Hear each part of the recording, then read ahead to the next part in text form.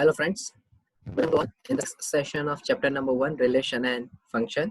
Last session ની અંદર આપણે વિધેયની શરૂઆત કરી અને એમાં પણ આપણે એક એક અને વ્યાપની ચર્ચા કરી અને સ્વાધ્યાય 1.2 ની અંદર આપણે પહેલા ત્રણ ક્વેશ્ચન નંબર 2 માં ફર્સ્ટ 3 આપણે કમ્પ્લીટ કર્યા અને આજે આપણે નંબર 4 થી સ્ટાર્ટ કરીશું. તો ફોર્થ નંબરની અંદર છે કે f from n to n fx equals to x cube. Okay, વ્યાખ્યા યાદ કરાવી જો આપણે શું ચર્ચા કરી હતી તે આપણે એવું ડિસ્કસ કર્યું કે x1 not x2 implies fx1 not fx2. તો આવી કન્ડિશનમાં વિધેયને તમે એક એક કહી શકો.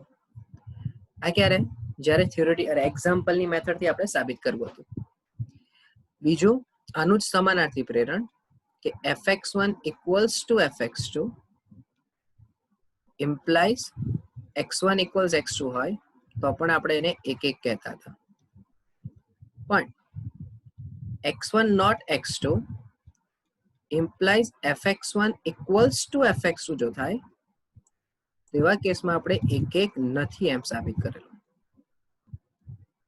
ઓકે, સાથે સાથે આપણે એવું પણ જોયેલું કે વિધેયને ગ્રાફ પરથી પણ નક્કી કરી શકાય કે ધારો કે કોઈ વિધેયના ગ્રાફને કોઈ સમક્ષિતિજ રેખા માત્ર એક જ બિંદુ આગળ છેદે છે તો પણ એ વિધેય એક એક છે. અને બીજું આપણે એવું પણ સાબિત કરેલું હતું, શોધેલું હતું કે જો વિધેય વધે છે અથવા તો ઘટે છે, એટલે કે જો વિધેયનું વિકલન ધન અથવા તો કોઈ વિધેયનું વિકલન ઋણ કોઈ ચોક્કસ પ્રદેશ પર તો પણ વિધેય એક કહી શકાય. ઓકે, અહીંયા જે ક્વેશ્ચન છે n થી n fx x cube. હવે આ x cube જે છે તે કોઈ પણ પ્રદેશ પર હોય, કોઈ પણ પ્રદેશ પર, ભલે n પર છે, r પર હોય, z પર હોય, q પર હોય, કોઈ પણ વિધેય પર અને કોઈ પણ ગણ પર વ્યાખ્યાયિત થતો હોય તો એક એક થાય જ. એટલે અહીં આપણે સિમ્પલ વેમાં આવું જ લખી શકીએ કે જો હું ધારો કે fx1 equals fx2 લઉં તો હું કહી શકું કે x1 cube equals to x2 cube.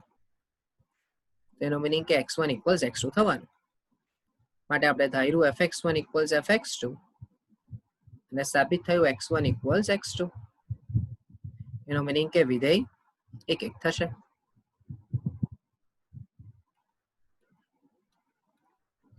પરંતુ જ્યારે તમે વિસ્તારની વાત કરશો તો વિસ્તારની અંદર એક મૂકવાથી એકનો ક્યુબ, બે મૂકવાથી બે નો ક્યુબ એટલે 8, 27, 64, 125 ડોટ જે નોટ ઇક્વલ્સ ટુ n. માટે વિસ્તાર ઇઝ નોટ ઇક્વલ્સ ટુ સહપ્રદેશ, માટે વિધેય વ્યાપ્ત નથી. આ ક્યારે હશે? જ્યારે તમારું વિધેય n થી n પર વ્યાખ્યાયિત હશે ત્યારની વાત મેં કરી. બરાબર? ત્યાર પછી નંબર 5, નંબર 2 ની અંદર જ નંબર 5 ની આપણે જો ચર્ચા કરીએ તો એમાં હવે વિધેય જે તમારું છે એ r થી r પર વ્યાખ્યાયિત થશે. એટલે આમાં જ આપણે 5 નંબરની વાત કરીએ. સો નંબર 5, f from r થી r fx બરાબર x ક્યુબ. તો ધારો કે fx1 equals fx2 તો x1 cube equals x2 cube. તેનો મીનિંગ કે x1 equals x2 થવાનું. માટે fx1 equals fx2 implies x1 equals x2 હોવાથી વિધેય એક એક થાય. ઓકે, હવે યાદ હોય તો વ્યાપ્ત વિધેય સાબિત કરવા માટે આપણે એક ચોક્કસ મેથડની ચર્ચા કરેલી. તો એની વાત કરીએ કે હવે fx બરાબર y એટલે x ક્યુબ બરાબર y, તો આના પરથી આપણે x ને કરતા બનાવવું પડે. તથા f of x બરાબર y x ક્યુબ, એમાં x ની કિંમત જો હું y raised to 1/3 મૂકું તો y raised to 1/3 whole cube. એનો મીનિંગ કે f of y raised to 1/3 નો આન્સર y આવ્યો. માટે વિસ્તાર બરાબર સહપ્રદેશ બરાબર r માટે વિધેય વ્યાપ્ત થાય. અને જો ડાયરેક્ટ ગ્રાફ પરથી વિચારવું હોય તો પણ આપણે વિચારી શકીએ કે આ રીતે કંઈક x ક્યુબ નો ગ્રાફ આવશે, રાઈટ. આ y બરાબર x ક્યુબ નો ગ્રાફ છે. તથા જો તમારે એનું વિકલન બી કરવું હોય તો એ થશે 3x², જે પ્રત્યેક x બિલોંગ્સ ટુ r માટે greater than or equals to 0 થાય, રાઈટ. એટલે તમે ચેક કરો તો થિયોરિટિકલ પણ તમે એને એક અને વ્યાપ્ત સાબિત કર્યું. ગ્રાફ પરથી પણ તમે જોઈ શકો છો કે -ઇન્ફાઇનાઇટ થી +ઇન્ફાઇનાઇટ ની વચ્ચેની બધી જ કિંમતો મળશે. અને કોઈ પણ હોરિઝોન્ટલ લાઈન, પેરેલલ લાઈન તમે વિચારો એક્સ એક્સિસ ને, તો એ હંમેશા એક જ બિંદુ આગળ વિધેયને છેદશે, રાઈટ. અને ત્રીજી મેથડ કે જેમાં તમે વિકલન કરીને પણ ચેક કરી શકો કે ભાઈ વિકલન કરવાથી પણ વિકલન હંમેશા શું મળશે? ધન જ મળશે, રાઈટ. સો આ 3 વે થી તમે એને સાબિત કરી શકો છો, રાઈટ. હોપ કે આ પોઈન્ટ તમને ક્લિયર થયો. તો આગળ જઈએ નેક્સ્ટ ક્વેશ્ચન પર. નેક્સ્ટ ક્વેશ્ચન ની અંદર છે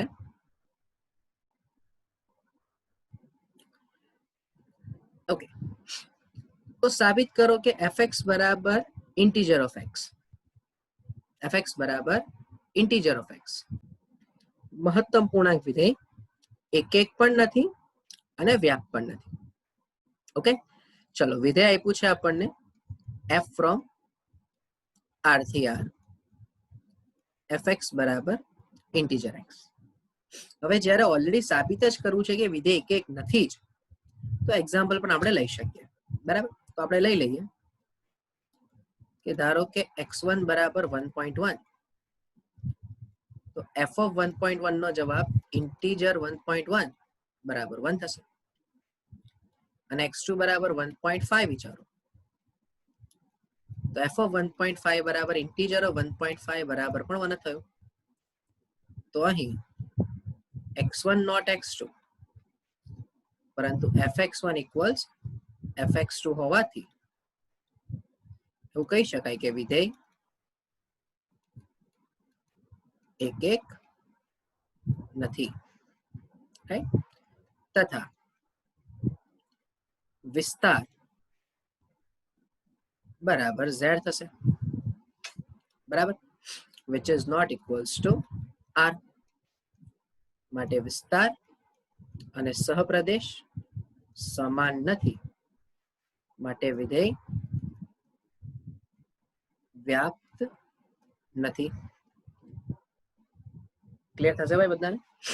અને ગ્રાફ પણ જોવો હોય તો આપણે વિચારી શકીએ કે ઇન્ટીજરનો જો ગ્રાફ આપણે લેવો હોય, મહત્તમ પૂર્ણાંક વિધેય છે, તો 0, 1, 2, -1, -2, અહીંયા 1, આ 2, -1, -2. તો -2 થી -1 ની વચ્ચે ઇન્ટીજરનો જવાબ -2 થાય. પછી -1 થી 0 ની વચ્ચે ઇન્ટીજરનો જવાબ -1 થાય, રાઈટ. 0 થી 1 ની વચ્ચે જવાબ 0 થશે. 1 થી 2 ની વચ્ચે જવાબ 1 થશે. તો તમે જોઈ શકો કે ગ્રાફમાં પોતે જ આ જે તમારા ગ્રાફ છે એ પોતે જ એક સીધી રેખાના સ્વરૂપમાં આવે છે, રાઈટ. એનો મીનિંગ એવો થઈ શકે કે તમે આ ઇન્ટરવલમાં -2 થી લઈને -1 ની વચ્ચે કોઈ બી કિંમત વિચારો, એ દરેકનો જવાબ શું મળશે? તમને -2 જ મળશે. એવું પછી તમે -1 થી 0 ની વચ્ચે કોઈ બી કિંમત વિચારો તો એ દરેકનો જવાબ શું મળશે? તમને -1 જ મળશે, રાઈટ. તો વિધેય એક નથી. અને વ્યાપ્ત કેમ નથી? કારણ કે તમને ક્યારે પણ તમે જુઓ તો ગ્રાફ -2 પર સીધી રેખા બતાવે છે, પછી સીધો જમ્પ કરીને -1 પર જાય છે. એનો મીનિંગ કે આ બે વચ્ચે વિધેય સતત નથી. અને જ્યારે વિધેય સતત નથી તો તમે એવું કહી શકો કે વિધેય વ્યાપ્ત પણ નથી. તો આ વ્યાપ્ત ન હોવા માટેની પણ એક શરત થઈ ગઈ કે જો વિધેય સતત નથી મળતું તો જે પોઈન્ટ પર એનો ગ્રાફ સતતનો ગ્રાફ એટલે કે એનો ગ્રાફ કટ થાય છે, રાઈટ, તો આપણે એવું કહી શકીએ કે એટલા ઇન્ટરવલમાં મે બી કદાચ જવાબ નહીં મળતો હોય, રાઈટ, તો પણ આપણે એવું કહી શકીએ કે વિધેય વ્યાપ્ત નથી. ઓકે, બટ એ દર વખતે ફોલો કરવાની જરૂર નથી. ઓકે, સો અત્યારે આ બેઝિક તમને કન્ડિશન ખ્યાલ આવી જાય કે ક્યારે તમે વિધેયને એક એક નથી કીધું અને કેવી રીતે તમે વ્યાપ્ત નથી કીધું. ઓકે, નેક્સ્ટ ક્વેશ્ચન પર જઈએ. નેક્સ્ટ ક્વેશ્ચન ની અંદર તમને આપ્યું છે માનાંક x, એટલે કે વિધેય f from r થી r પર વ્યાખ્યાયિત વિધેય fx બરાબર માનાંક x. તો સૌથી પહેલા તો મારે આ માનાંક x ને 3 ભાગમાં ડિવાઈડ કરવું પડે. આપણને ખબર છે કે જો ગ્રેટર ધેન 0 હોય તો ગ્રાફ x આવે, ઇક્વલ્સ ટુ 0 હોય તો ગ્રાફ 0 અને લેસ 0 તો ગ્રાફ -x. હવે આમાં પણ સાબિત કરવું છે કે વિધેય એક એક નથી અને વ્યાપ્ત પણ નથી. ઓકે, આવું આપણે સાબિત કરવું છે. હવે જો અહીંયા ફરીથી એ જ મુદ્દા આવશે કે અહીંયા આપણને ઓલરેડી કહી દીધું છે કે સાબિત કરો કે વિધેય એક એક નથી. તો આપણે એવું લઈ લઈએ કે ધારો કે x1 બરાબર 2, તો f(2) નો જવાબ માનાંકમાં 2 બરાબર 2 થશે. હવે x2 બરાબર -2, તો f(-2) બરાબર માનાંકમાં -2 નો પણ જવાબ 2 થશે. માટે x1 not x2 implies fx1 equals to fx2. માટે વિધેય એક એક નથી. હવે અહીંયા કોઈને કદાચ મગજમાં એવો ડાઉટ ઉભો થાય કે સર x1 બરાબર 2 ને x2 બરાબર 3 લઉં તો મને x1 not x2 implies fx1 not fx2 તો મળશે. પણ હું બહુ બધી વખત મેં આ પોઈન્ટની ચર્ચા કરી છે અને પાછો હું ચર્ચા કરીશ કે જ્યારે તમારે એક એક નથી, કોઈક વસ્તુ સાચી નથી એવું સાબિત કરવું છે તો હંમેશા કોઈ એક જ એક્ઝામ્પલ એવું આપો કે જેનાથી એ ખોટું સાબિત થાય. પણ જ્યારે એને તમારે સાચું સાબિત કરવું હોય તો તમારાથી એક્ઝામ્પલ નહીં જ અપાશે. બરાબર, તમે મને 100 એક્ઝામ્પલ આપો કે સર x1 બરાબર 2 અને x2 બરાબર 2.1, x1 બરાબર 2 અને x2 બરાબર 4.25, એવા તમે ઈચ્છો ને તો ઇન્ફાઇનાઇટ એક્ઝામ્પલ્સ આપી શકશો. પણ હું એવું એક જ એક્ઝામ્પલ આપું કે જેને માટે તમારો જવાબ એક એક નથી એવો જો સાબિત થયો તો એ બધા જ એક્ઝામ્પલની સામે તમારો જવાબ ખોટો જ થશે. સો ઓલવેઝ એવું મગજમાં રાખો કે જ્યારે તમને એવું ખબર પડી જાય છે કે સાબિત કરવામાં એક એક નથી એવું જ સાબિત કરવું છે તો એવું જ એક્ઝામ્પલ લેવાનું કે જેનાથી એક એક નથી એવું સાબિત થાય. અને બાય ડિફોલ્ટ થતું જ હોય, કોઈક ને કોઈક એક્ઝામ્પલ તો મળતું જ હોય કે જેનાથી એક એક નથી એવું સાબિત થતું હશે. બરાબર, હવે વ્યાપ્ત માટે આપણે શું યાદ રાખેલું, તો વ્યાપ્ત માટે વિસ્તાર અને સપ્રદેશ સમાન થવો જોઈએ. તો અહીં આપણે એવું લખી શકીએ કે અહીં પ્રત્યેક x belongs to r માટે માનાંક x નો જવાબ greater than or equals to 0 કહેવાય. એટલે fx belongs to 0 to infinite થશે. માટે વિસ્તાર બરાબર 0 to infinite which is not equals to r. માટે વિસ્તાર is not equals to સહપ્રદેશ. માટે વિધેય વ્યાપ્ત નથી. બરાબર, અને જો ગ્રાફ પણ જોવો હોય આપણને બધાને જ ક્લિયર છે કે માનાંક x નો ગ્રાફ આ રીતે આવે, રાઈટ. આ y બરાબર x રેખા થઈ ગઈ, આ y બરાબર -x અને આ પોઈન્ટ 0. સો તમે વિચારો તો કોઈ પણ એક પેરેલલ લાઈન વિચારો તો એ કમ્પલસરી 2 પોઈન્ટ આગળ જ છે, રાઈટ. એનો મીનિંગ કે એક એક નથી. અને આખો જે ગ્રાફ છે એ આ ધન x અક્ષની એટલે કે x અક્ષની ઉપર તરફ છે, એટલે ધન y દિશામાં એનો આખો ગ્રાફ જાય છે. એટલે તમને ઋણમાં કોઈ જવાબ મળવાનો નથી. ઓકે, આ બધા MCQ માં પણ કદાચ પૂછવાય તો પૂછી શકે પણ કોઈ શ્યોરિટી નહીં. આ જસ્ટ ફોર અન્ડરસ્ટેન્ડિંગ છે. નેક્સ્ટ,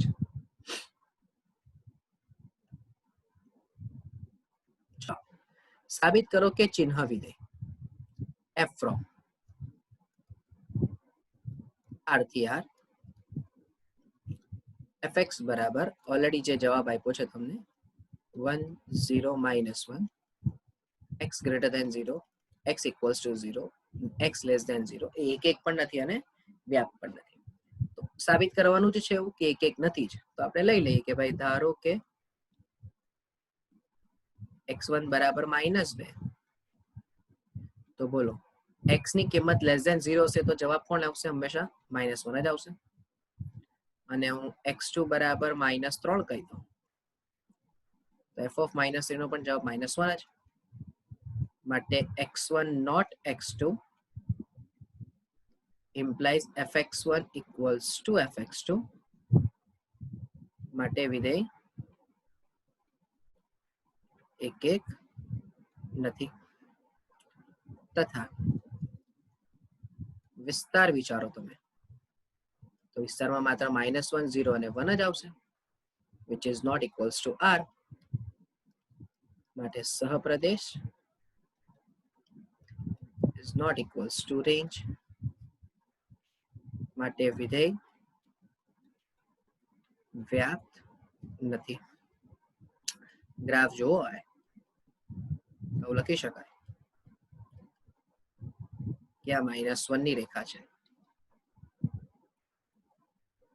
આ y બરાબર 1 ની રેખા છે. અહીંયા 1, અહીંયા -1 અને અહીંયા 0.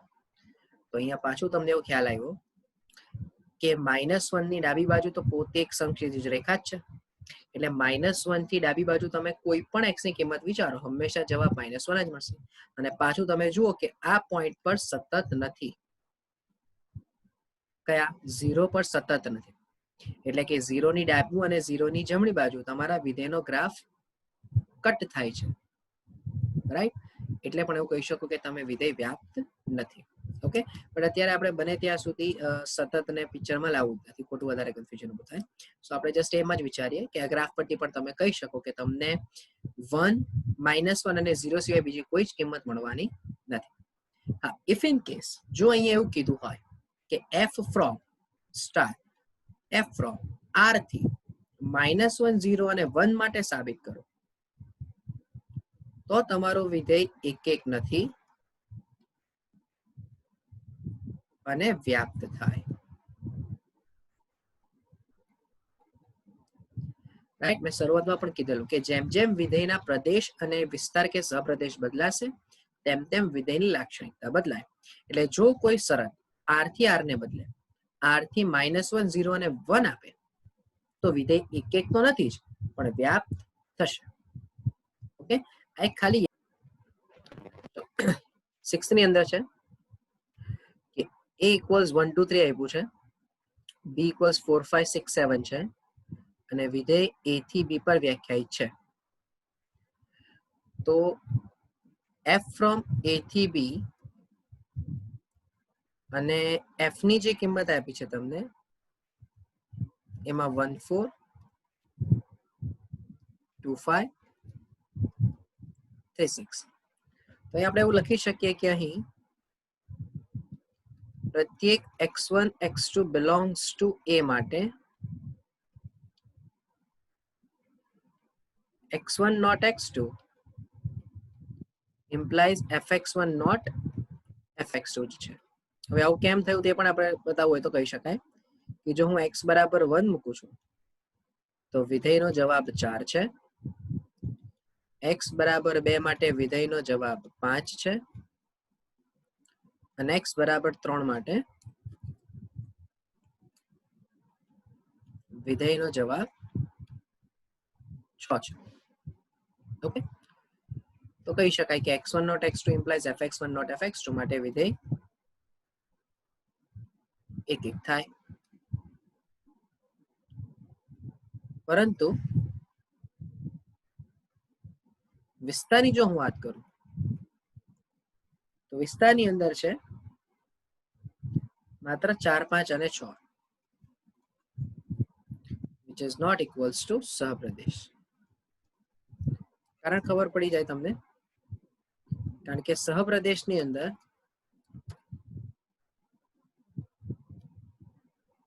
4 5 6 અને 7 પણ છે, પણ વિસ્તારમાં 7 નથી, માટે વિસ્તાર નોટ ઇક્વલ્સ ટુ સહપ્રદેશ, માટે વિધેય વ્યાપ્ત નથી. નો ડાઉટ સવાલમાં આપણને નથી કીધું વ્યાપ્ત માટે, પણ છતાં આપણે શોધી લીધું કે ધારો કે કદાચ પૂછાય તો ખબર પડી જાય. ઓકે, બહુ સિમ્પલ ક્વેશ્ચન કહેવાય. નેક્સ્ટ ચાલો જો નેક્સ્ટ ક્વેશ્ચન ની અંદર છે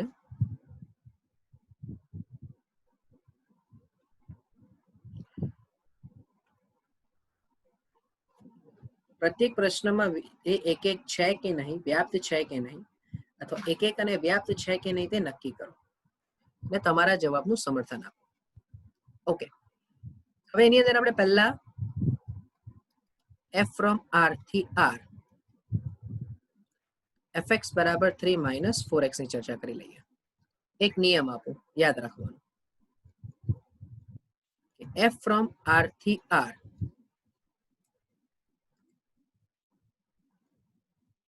fx બરાબર ax plus b હંમેશા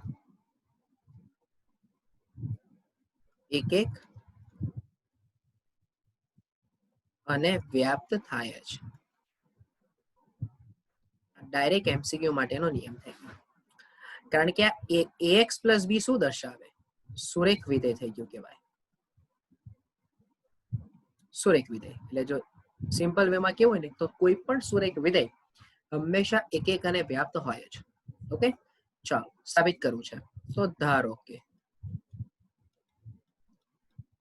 fx1 બરાબર fx2, જ્યારે સાબિત કરવું હોય કે ચેક કરવું હોય કે છે કે નહીં તો આપણે બીજી વ્યાખ્યાનો ઉપયોગ કરીશું, સમાનાર્થી પ્રેરણનો.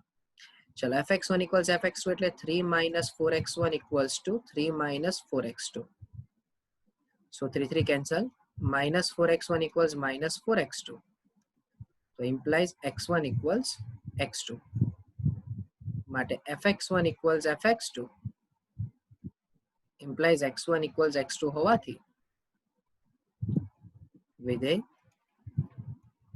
એક એક થાય. ઓકે, વ્યાપ્ત માટે ધારો કે fx બરાબર y એટલે 3 - 4x equals to y, તો 3 - y equals 4x, તો x equals 3 - y by 4. અને હવે fx બરાબર 3 - 4x માં x ની કિંમત આપણે મૂકી દઈએ,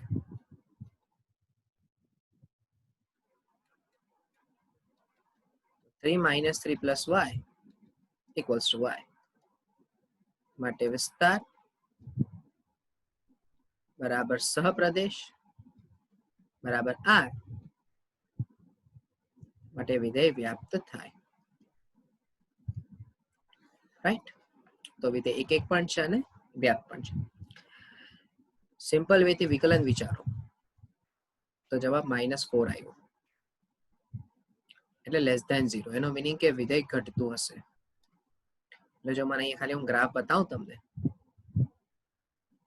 બરાબર, મને જો આ વિધેયનો ગ્રાફ લેવો હોય તો આવો કઈ ગ્રાફ મળશે. આ રેખા થઈ ગઈ 4x + y equals to 3. આ રેખાનો ગ્રાફ થઈ ગયો. તમે ચેક કરો, કોઈ પણ સમક્ષિતિજ રેખા તમે વિચારો એ હંમેશા રેખાને માત્ર ને માત્ર એક જ બિંદુમાં છેદશે. તો એ પણ વ્યાખ્યા થઈ ગઈ કે એનાથી વિધેય એક એક સાબિત થઈ ગયું. અને જોઈ શકો છો કે -∞ થી લઈને +∞ ની વચ્ચે બધી જ કિંમતો 100% મળશે, એટલે વિસ્તાર બરાબર સપ્રદેશ બરાબર r થઈ જશે. અને વિકલન પરથી પણ ખ્યાલ આવે કે વિકલન ઋણ છે, એટલે વિધેય ચોક્કસ રીતે ઘટે છે. સમજમાં આવશે? રાઈટ, હવે એના માટે આપણે બીજા ક્વેશ્ચનની ચર્ચા કરીએ. તો બીજા ક્વેશ્ચનની અંદર છે, એમાં જ બીજો ક્વેશ્ચન આપણે જોઈ લઈએ.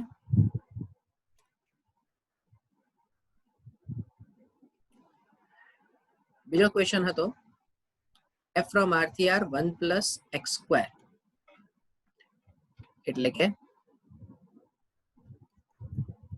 f from r થી r fx બરાબર 1 plus x square. હવે જુઓ થોડું સમજવા જેવું. બીજો એક નિયમ કહું કે f from r થી r fx બરાબર ax square plus bx plus c એક અને વ્યાપ્ત નથી. એટલે કે કોઈ પણ દ્વિઘાત સમીકરણ, કોઈ પણ દ્વિઘાત વિધેય પણ કન્ડિશન્સ અપ્લાય. મેં અહીંયા કીધું છે r થી r પર હોય તો જ, r થી r પર હોય તો જ આ નિયમ ચોક્કસ રૂપે ફોલો થાય. જો પ્રદેશ કે સહપ્રદેશ બદલાય છે તો આ નિયમનું પાલન થશે નહીં. આ નિયમ માત્ર ને માત્ર જે આપણે બ્રેકેટમાં લખ્યો છે એ માત્ર ને માત્ર ત્યારે જ કે જ્યારે વિધેય r થી r પર વ્યાખ્યાયિત છે. ઓકે, એટલે અહીં ધારો કે પણ છતાં આપણે સાબિત તો કરવું જ પડે. તો fx1 બરાબર fx2, 1 plus x1 square બરાબર 1 plus x2 square. એનો મીનિંગ કે x1 square બરાબર x2 square. તો એનો મીનિંગ કે x1 plus or minus x2 માટે x1 equals x2 પણ મળે ઓર x1 equals minus x2 બી મળે. તો એનો મીનિંગ કે જો હું x1 બરાબર 2 લઉં તો f of 2 બરાબર 1 plus 4 એટલે 5 મળે છે. અને x1 બરાબર -2 લઉં તો પણ 1 plus 4 બરાબર 5 જ મળે છે. એનો મીનિંગ કે x1 not x2 but fx1 equals fx2 મળ્યું. માટે વિધેય એક નથી. હવે એવું કેવી રીતે ખબર પડી કે મને બે એક્ઝામ્પલ લેવા પડશે? તો જો x1 equals x2 જ આવતે તો આપણે કહી શકીએ કે વિધેય એક છે. પણ અહીંયા ઓપોઝિટ કિંમતો માટે પણ તમારા વિધેયનો જવાબ સમાન આવે છે. એટલે માટે મેં, તમે ધ્યાનથી જુઓ તો મેં બે ઓપોઝિટ કિંમતો લીધી છે. એક +2 લીધી છે અને એક -2 લીધી છે. કેવી રીતે ખબર પડી કે અહીંયા fx1 equals fx2 લેવાથી x1 equals x2 તો આવે જ છે, રાઈટ? એટલે જ્યારે બંને ધન કિંમતો હશે કે ઋણ કિંમતો હશે ત્યારે પ્રોબ્લેમ નથી જ આવવાનો. પ્રોબ્લેમ ક્યારે ઉભો થયો કે બંનેના મૂલ્ય સમાન હતા પણ નિશાની વિરુદ્ધ હતી. એટલે એમ એક વખત 2 મૂક્યું ને એક વખત -2 મૂક્યું, રાઈટ? તો આ એક્ઝામ્પલ થઈ ગયું. તથા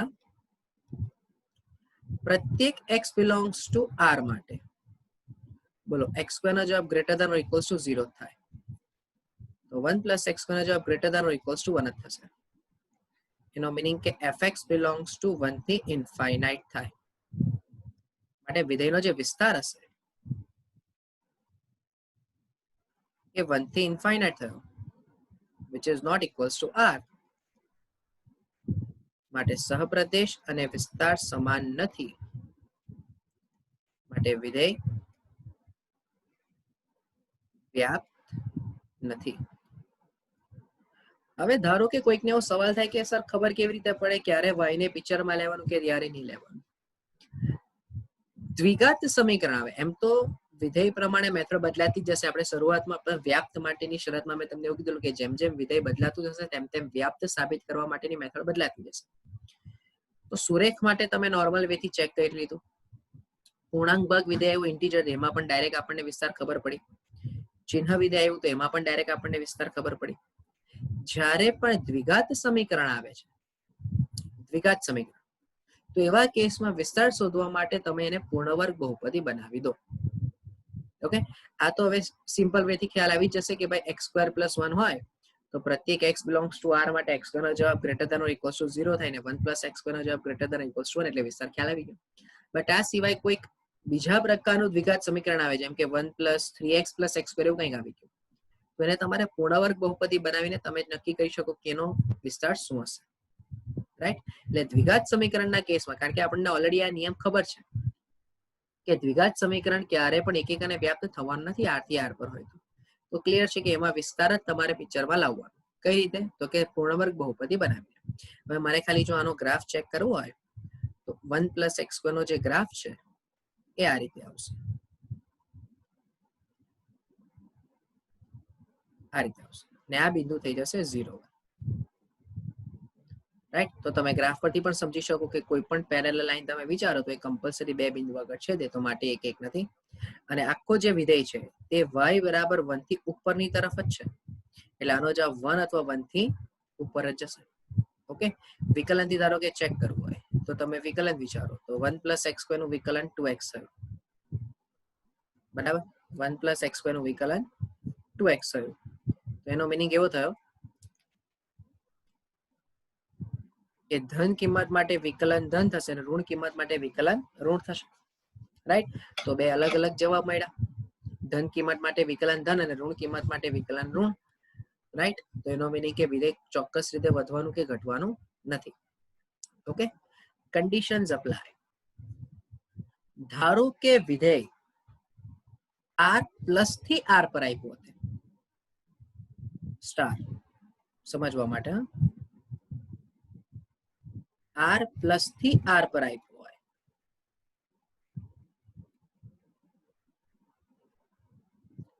એટલે r પ્લસ યોગ 0 બી કહી શકાય. અત્યારે r પ્લસ બરાબર ધન વાસ્તવિક સંખ્યા કહી દઈએ તો શું થશે? તો મારું વિધેય 1 1 થશે. કેમ? કારણ કે જ્યારે ધન વાસ્તવિક સંખ્યાઓ લીધી હશે અથવા તો શૂન્ય પણ પિક્ચરમાં લઈ શકો તમે, નહીં લેવું તો વિચાર ધન વાસ્તવિક સંખ્યા, ત્યારે એનો મિનિંગ શું થયો કે આ જે પોસિબિલિટી હતી x1 નોટ અને x1 equals to minus x2, એવી તો પોસિબિલિટી ઊભી જ નથી થવાની. અને એ કેસમાં તમારો ગ્રાફ માત્ર કયો થશે તો કે આ રાઈટ હેન્ડ સાઈડ નો જ ગ્રાફ થવાનો. અને રાઈટ હેન્ડ સાઈડ નો ગ્રાફ તમે વિચારો તો ત્યારે તો તમારો જે ગ્રાફ છે એ કોન્સ્ટન્ટ વધતો જ આવશે, કારણ કે એ કેસમાં વિકલન પણ ગ્રેટર ધેન 0 થશે. તો સમજમાં આવશે ડિફરન્સ શું થયો તે?